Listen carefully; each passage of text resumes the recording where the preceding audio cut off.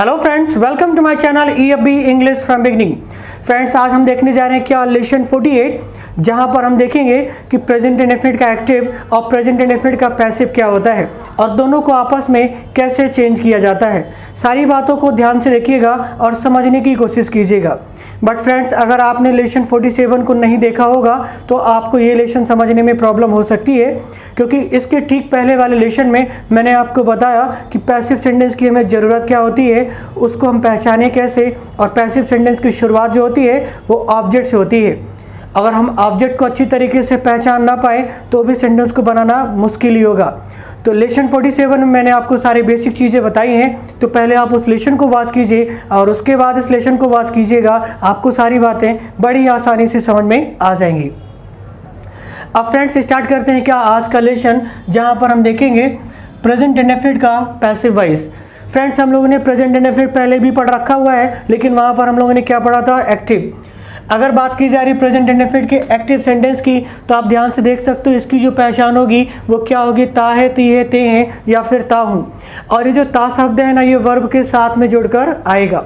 आज हमारे पास present indefinite के लिए एक ऑप्शन और है, जहाँ पर एक्टिव के साथ साथ हम किसकी बात करने जा रहे हैं, पैसिव की भी बात करेंगे। तो ध्यान से देखिएगा कि जो पैसिव की पहचान होगी वो क्या होगी, जाता है, जाती है, जाते हैं या फिर जाता हूँ। माइंड आपको ये करना है कि ता है, ती है, ते हैं, ता हूँ ये वर्ब के साथ में जुड़कर आना चाहिए, और जाता है, जाती है, जाते हैं या फिर जाता हूँ ये वर्ब के बाद अलग से लिख कर आएगा। एक सेंटेंस है, इसको सुनिएगा और समझने की कोशिश कीजिएगा। अगर मैंने आपसे कहा कि मैं फुटबॉल खेलता हूँ, तो ये सेंटेंस हमारा क्या होगा, एक्टिव होगा। इसी सेंटेंस को अगर मैं ऐसा बोलूँ कि मेरे द्वारा फुटबॉल खेली जाती है, तो सेंटेंस हमारा कहाँ का हो गया, पैसिव का हो गया। तो आपको एक्टिव और पैसिव दोनों सेंटेंस को पहचान कर ही आगे बढ़ना होगा, तभी जाके काम बनने वाला है। अब फ्रेंड्स, आप ध्यान से देखिए, तो मैंने आपके सामने पूरे के पूरे 6 स्ट्रक्चर ये पैसिव के लिए लिख के रखे हुए हैं, जहाँ पर हमारे सेंटेंस की शुरुआत कहाँ से होगी, ऑब्जेक्ट से। बिना ऑब्जेक्ट को पहचाने आप आगे बढ़ नहीं सकते, इस बात को याद रखिएगा।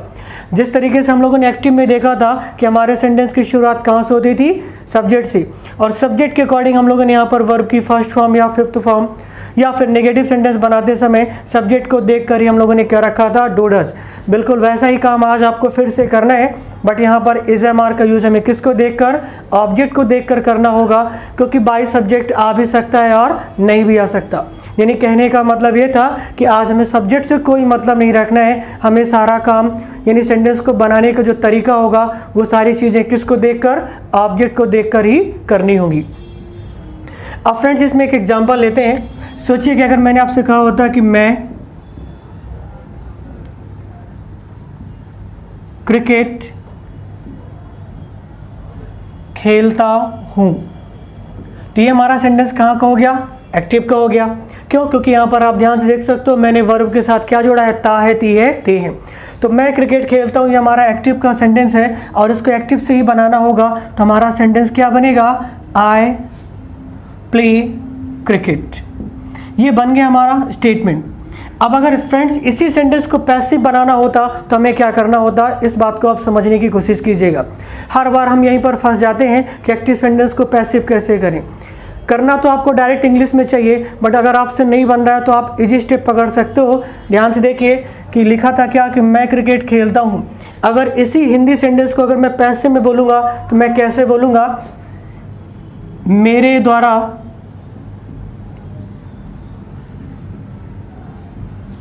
क्रिकेट खेला जाता है। बस इतना ही करना है आपको, और इसके बाद इसका ट्रांसलेशन करना होगा और कुछ नहीं। तो सेंटेंस क्या था कि मैं क्रिकेट खेलता हूँ, आई प्ले क्रिकेट, और अब हमारा सेंटेंस बन चुका है क्या, कि मेरे द्वारा क्रिकेट खेला जाता है। कुछ नहीं करना होगा, जो भी आपका सब्जेक्ट होगा उस सब्जेक्ट के साथ द्वारा जोड़ दीजिए, आप सेंटेंस को गलत बोल ही नहीं पाएंगे। जैसे यहाँ पर सेंटेंस था क्या, मैं, अब ऐसा तो नहीं बोलोगे ना आप कि मैं के द्वारा क्रिकेट खेला जाता है, हमें क्या बोलना पड़ेगा, मेरे द्वारा क्रिकेट खेला जाता है। अब बस ये हमारा सेंटेंस पैसिव हो गया। इसको बनाना है तो हमें स्ट्रक्चर नंबर फर्स्ट वन को यूज़ करना होगा। अब बात आई है कि सबसे पहले हमें क्या रखना है, ऑब्जेक्ट, और ऑब्जेक्ट पहचानने का तरीका मैंने आपको इसके ठीक पहले वाले लेसन में बताया हुआ है कि सबसे पहले हमें वर्ब ढूंढनी होगी। तो वर्ब यहाँ पर हमें क्या मिली, खेलना। इसके बाद हमें क्वेश्चन करना है क्या खेला जाता है, तो आंसर क्या आएगा, क्रिकेट। बस यही हमारा क्या हो गया, ऑब्जेक्ट। तो CRICKET, क्रिकेट हमने ऐड कर दिया। अब क्रिकेट क्या होता है, किसी खेल का नाम ही होता है और नाम के साथ हमें क्या लगाना पड़ता है, इज। तो इसको ऐड कर दीजिए। मेन वर्ब की आपको कौन सी फॉर्म रखनी होगी, थर्ड फॉर्म। और वर्ब क्या थी, प्ले। तो प्ले को हम थर्ड फॉर्म करेंगे तो क्या होगा, प्लेड ही तो बोला जाएगा। तो क्रिकेट इज प्लेड। और अगर सेंटेंस इतना ही होता कि क्रिकेट इज प्लेड, तो हिंदी क्या होगी कि क्रिकेट खेला जाता है। लेकिन हमारे सेंटेंस में क्या लिखा हुआ है, मेरे द्वारा क्रिकेट खेला जाता है। तो क्रिकेट इज प्लेड और इसके बाद हमें ऐड करना पड़ेगा क्या, बाय मी। तो cricket is played by me, मेरे द्वारा क्रिकेट खेला जाता है। ये सेंटेंस एक्टिव का था और इसको मुझे पैसिव करना था। तो इजी स्टेप यही थी कि अगर ऑप्शन नहीं बन रहा है तो पहले आप हिंदी के सेंटेंस को इंग्लिश में लिख लीजिए और उसके बाद हिंदी के सेंटेंस को हिंदी में ही पैसिव कर दीजिए और उसके बाद उसको क्या कीजिए, ट्रांसलेट कर दीजिए। तो इस तरीके से हमारा ये सेंटेंस कंप्लीट हो चुका है। Cricket is played by me, मेरे द्वारा क्रिकेट खेला जाता है। And cricket is not played by me, मेरे द्वारा क्रिकेट नहीं खेला जाता है। इस क्रिकेट प्लेड बाय मी, क्या मेरे द्वारा क्रिकेट खेला जाता है। और इस cricket not played by me, क्या मेरे द्वारा क्रिकेट नहीं खेला जाता है। Why is cricket played by me, मेरे द्वारा क्रिकेट क्यों खेला जाता है। And why is cricket not played by me, मेरे द्वारा क्रिकेट क्यों नहीं खेला जाता है। अब फ्रेंड्स इंग्लिश का एक सेंटेंस लेते हैं और उसको चेंज करने की कोशिश करते हैं। तो फ्रेंड्स अगर मैंने आपसे कहा होता कि यू स्पीक इंग्लिश, और इसी सेंटेंस को अगर मुझे पैसिव करना होता तब मैं इसको पैसिव कैसे करता, वो सारी चीज़ें आप ध्यान से समझ सकते हैं। एक्चुअली अगर बात पैसिव करने की है तो आपको हिंदी वगैरह लिखनी नहीं है, बट अगर इजी स्टेप की बात करें यानी बिगनिंग स्टेप की बात करें तो आपको ऐसा करना पड़ सकता है। तो आप बिल्कुल ऐसा कर लीजिए, कोई फ़र्क नहीं पड़ता। सेंटेंस क्या था कि यू स्पीक इंग्लिश, और इसको आप चुपचाप हिंदी में लिखिए। इसकी हिंदी क्या होगी कि आप अंग्रेज़ी बोलते हैं। ये हमारा इसका हिंदी का ट्रांसलेशन हो गया। अब इसी सेंटेंस को फिर से पैसिव बोलिए, क्या बोलना पड़ेगा कि आपके द्वारा अंग्रेज़ी बोली जाती है। इसको भी लिख लीजिए कि आपके द्वारा अंग्रेज़ी बोली जाती है।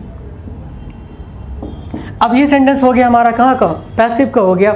अब अगर ये सेंटेंस हमारा पैसिव का है तो इसको पैसिव से बना लीजिए। सेंटेंस में देखिए हमारी वर्ब क्या थी, बोलना, और क्या बोली जाती है, इंग्लिश। तो सबसे पहले मुझे क्या लिखना होगा यहाँ पर, इंग्लिश। इसके बाद फिर से हमें क्या हेल्पिंग वर्ब रखनी होगी, और इंग्लिश क्या है, एक सब्जेक्ट है, सब्जेक्ट का नाम ही तो है, और नाम के साथ क्या लगाना पड़ेगा मुझे, इज। तो इंग्लिश इज। और मेन वर्ब की थर्ड फॉर्म रखनी है।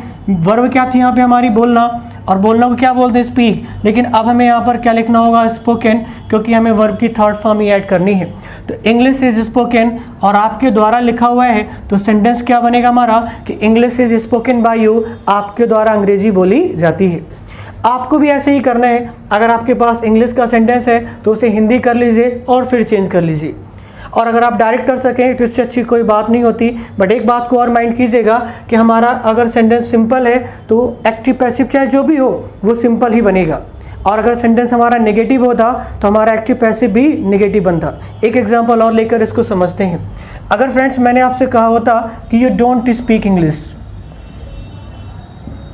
सेंटेंस को ध्यान से देखिए, मैंने क्या लिखा है कि यू डोंट स्पीक इंग्लिश। तो इसकी हिंदी क्या होगी कि आप अंग्रेजी नहीं बोलते हो।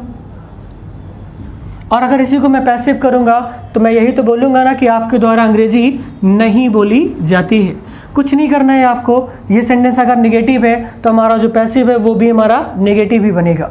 अब क्या करना होगा, इंग्लिश, और इसके बाद हमें यहाँ पर ऐड कर देना है क्या, नॉट। तो English is not spoken by you, आपके द्वारा अंग्रेजी नहीं बोली जाती है। और अगर सेंटेंस होता कि Y do you speak English, तो हिंदी क्या होती कि आप अंग्रेजी क्यों बोलते हैं। पैसिव करेंगे तो क्या बनेगा कि why is English spoken by you, आपके द्वारा अंग्रेजी क्यों बोली जाती है। आई प्ले हॉकी, मैं हॉकी खेलता हूँ। Hockey is played by me, मेरे द्वारा हॉकी खेली जाती है। और अगर इसी तरीके से आपको पैसिव का सेंटेंस मिल जाए तो आप उसको एक्टिव भी कर सकते हैं। जैसे सोचिए कि आपके पास सेंटेंस क्या है कि आपके द्वारा अंग्रेजी नहीं बोली जाती है, तो सेंटेंस क्या बन गया, English is not spoken by you. आपको अगर प्रॉब्लम हो रही है डायरेक्ट बनाने में तो आप इसकी हिंदी बदल सकते हो, यानी जहाँ पर आपके द्वारा लिखा था इसी को आप सब्जेक्ट बना दीजिए। तो आपके द्वारा को सब्जेक्ट बनाएंगे तो क्या बनाएंगे, आप बनाएंगे। और एक्टिव करना होगा तो हमें वर्ब के साथ ता है, ती है, ते हैं जोड़ देना है। तो हमारा जो सेंटेंस बनेगा वो क्या बनेगा कि आप अंग्रेजी नहीं बोलते हैं। और इसके बाद इसको ट्रांसलेट करना तो आसान हो चुका है, यू डोंट स्पीक इंग्लिश, आप अंग्रेजी नहीं बोलते हैं। और फ्रेंड्स अगर बात प्रैक्टिस की हो रही है तो पहले आपको इस इजी स्टेप को फॉलो कर कर एक दूसरे में चेंज करना सीखना होगा, और इसके ठीक बाद आप डायरेक्ट इंग्लिश बोलकर इसकी प्रैक्टिस कीजिए। जैसे अगर मैंने आपसे कहा मम्मी कुक्स फूड, तो मम्मी खाना बनाती हैं, food is cooked by mummy, मम्मी के द्वारा भोजन बनाया जाता है।